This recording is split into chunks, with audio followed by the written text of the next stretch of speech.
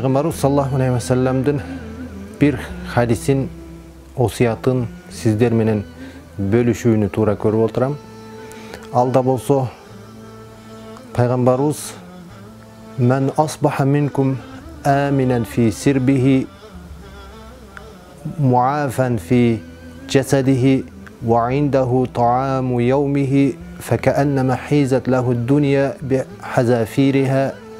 Силердин араңардан кимдир бирөө эрте таңда турган чакта төгөрөк чети тынч, аман болсо, муафан фи баданихи, денеси саламат болсо, эсен болсо, ва индаху куту яумихи, ананда анын bir күндүк ошол күнкү тамак азыгы боло турган болсо, факааннама хизат лаху дуния бихазафириха, кудмеле мына ошол пендеге жашоонун бар жакшылыгы тартуу кылынган сымал экен дейт.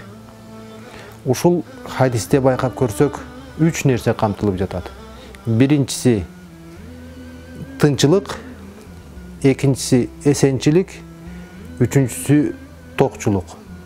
Эгерде биз бүгүнкү күнү өзүбүздүн чөйрөбүздү алып карасак, Кудайга шүгүр үчөөсү тең бизге берилген сымал экен.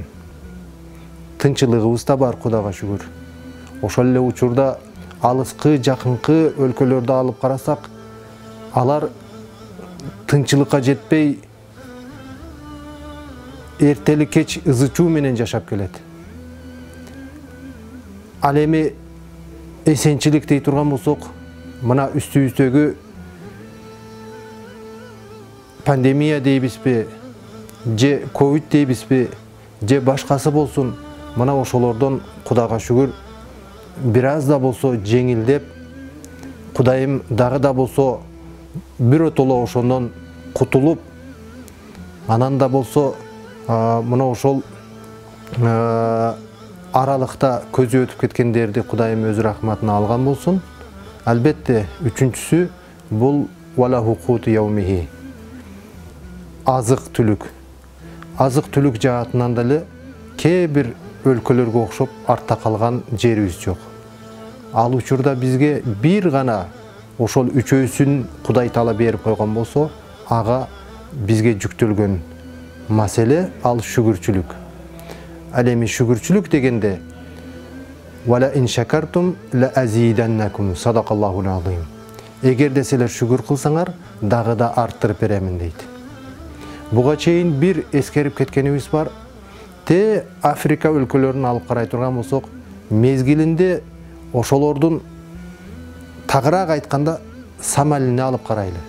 Мындан 50-60 жыл мурда эле ошолор бардар, токчулук жашоодо. Керек болсо аша чаап кеткен болчу эле.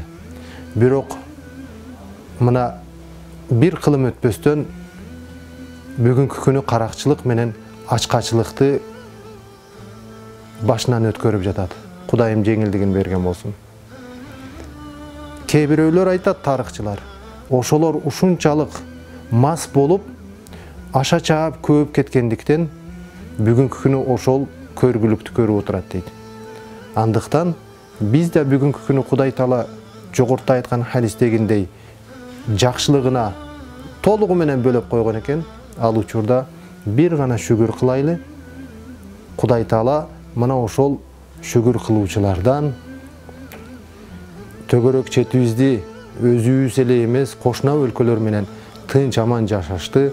Анан да болсо ден соолугубузду чың кылып, ырыскыбызга берекесин берсин. Вассаламу алейкум ва рахматуллахи ва баракатуху.